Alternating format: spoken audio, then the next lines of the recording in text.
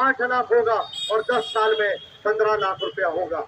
उसी के साथ किसानों को 10,000 रुपया जो है वो खेती के लिए मिलेगा।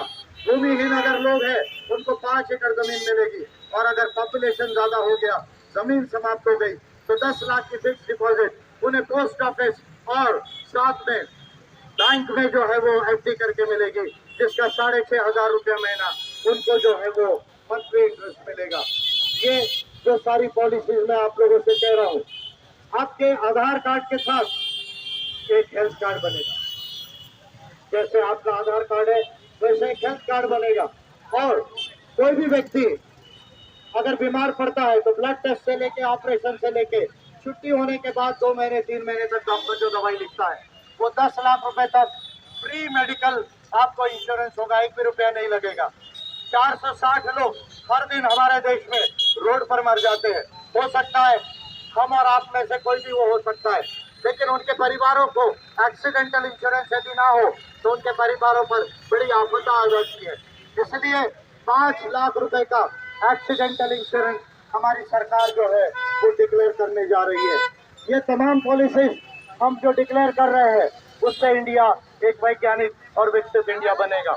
उसी तरह 2% हम साइंस एंड टेक्नोलॉजी पर खर्च करेंगे, और Max Planck Chandrasekhar institute, Max Planck Chandrasekhar institute, जो मैक्स प्लैंक साइंटिस्ट है दुनिया के, जिन्होंने स्केल डेवलप की, कॉस्मोस की स्केल डेवलप की, प्लस युगल स्केल है, माइनस स्केल डेवलप की, और कॉन्स्टेंट जो है कॉस्मोस का डेवलप किया, उनके नाम से, और हमारे देश के नोबेल प्राइज के फिजिसिस्ट चंद्रशेखर, उनके नाम से मैक्स प्लैंक चंद्रशेखर इंस्टीट्यूट को हम बनाएंगे, जिससे अमेरिका का मैक्स प्लैंक इंस्टीट्यूट से बड़ा वो विज्ञान का रिसर्च इंस्टीट्यूशन होगा, जिसमें सृष्टि के नियमों पर रिसर्च किया जाएगा, और इंडिया एक साइंस एंड टेक्नोलॉजी का मेजर जो है वो कंट्री बनेगी।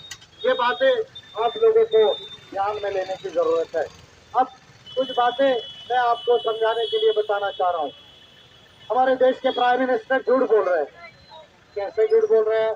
वो कह रहे हैं कि इंडिया को हम $5 ट्रिलियन इकोनॉमी बनाएंगे, अर्थात हम उसको 3रे नंबर पर इंडिया को ला रहे हैं। लेकिन ये बात अर्ध सत्य है। पूरा सत्य क्या है कि आज इंडिया अगर 3रे नंबर पर आ भी जाता है अमेरिका और चाइना के बाद, $5 ट्रिलियन इकोनॉमी बन भी जाता है, तो भी इंडिया के हर व्यक्ति की आय के मामले में हम 128वें नंबर पर है। और अगर हम 128वें नंबर पर है, इसका मतलब we are still a very poor country. 79 rupees 20 paisa, ये 82 करोड़ पॉपुलेशन इंडिया की केवल 79 रुपया 20 पैसे पे जिंदा है। 17 करोड़ लोग 40 रुपया 66 पैसे पे जो है वो केवल जिंदा है। और इसलिए हमारे देश के प्रधानमंत्री ये बात सच नहीं बोल रहे हैं। सुप्रीम कोर्ट ऑफ इंडिया ने एक निर्णय दिया इलेक्टोरल बॉन्ड केस। क्या वो केस है? सुप्रीम कोर्ट ऑफ इंडिया के निर्णय के बाद में इलेक्शन कमीशन ऑफ इंडिया ने डेटा डिक्लेयर किया। क्या डेटा डिक्लेयर किया? भारतीय जनता पार्टी ने अपनी सरकार से कंपनियों को एक तरफ ऑर्डर दिया, दूसरे हाथ से पैसा लिया, एक तरफ पैसा ऑर्डर दिया, दूसरे हाथ से पैसा लिया। 6,000 करोड़ रुपया भारतीय जनता पार्टी ने पॉलिटिकल करप्शन किया। पॉलिटिकल करप्शन 6,000 करोड़ का किया। उसमें नागपुर के जो सांसद है, नागपुर के जो खासदार है, जिनको आप रोड खरीदी के नाम से जानते हैं, उनके मंत्रालय ने 825 करोड़ रुपया भारतीय जनता पार्टी के लिए पॉलिटिकल करप्शन किया। नवयुग कंपनी से 55 करोड़ रुपए लिया, डीएलएफ कमर्शियल लिमिटेड से 170 करोड़ रुपए लिया, और मेगा इंफ्रास्ट्रक्चर लिमिटेड से 600 करोड़ रुपए लिया। 825 करोड़ रुपया रोड खरीदी के मंत्रालय से भारतीय जनता पार्टी के लिए पॉलिटिकल करप्शन के रूप में दिया गया। अब दूसरी बात मैं आपको आपके संसद के विषय में बताता हूँ कि आपके संसद में जो ट्रांसपोर्टेशन मिनिस्टर है, गलत रोड की डिजाइन बनाने की वजह से हर साल हमारे देश को 9 लाख से 15 लाख करोड़ का नुकसान हो रहा है। ये मैं नहीं कह रहा हूँ, वर्ल्ड बैंक की रिपोर्ट इसको कह रही है, ब्लूमबर्ग की रिपोर्ट ये कह रही है। I am only coating a very authentic official data at the international level.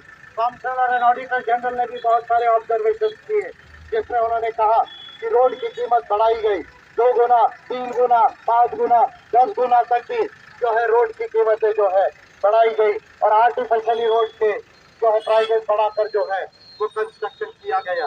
तो हमारे जो नागपुर के जो सांसद है, उनके वजह से देश को हर साल 9 लाख करोड़ से 15 लाख करोड़ का नुकसान हो रहा है। अगर 10 साल का मैं एवरेज निकालूं तो 80 लाख करोड़ रुपए का नुकसान ये रोड खरीदी की वजह से हमारे देश के जीडीपी को हुआ है। और उसके बावजूद वो ये कह रहे हैं कि तीसरा टर्म मुझे चुन के दीजिए।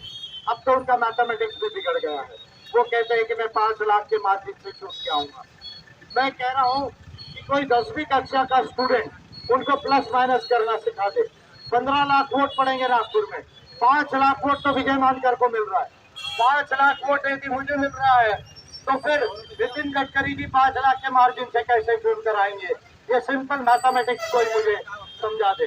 तो ये आप लोगों को सोचना है कि क्या ऐसे सांसद जिन्होंने भ्रष्टाचार किया है अपने पार्टी के लिए, पॉलिटिकल करप्शन किया, जिनके पार्टी के 10 साल के सरकार के बावजूद आज देश में 82 करोड़ लोग गरीबी जैसी पोजीशन में है, और उसके साथ बहुत सारी चीजें इस देश के माइनॉरिटीज के आगे बहुत बड़ा संकट खड़ा करने की कोशिश इनकी पार्टी कर रही है।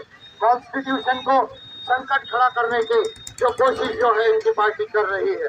तो ऐसे समय में आपको ये सोचना है कि ऐसे सांसद को आप वोट देकर क्या अपना वोट वेस्ट करेंगे।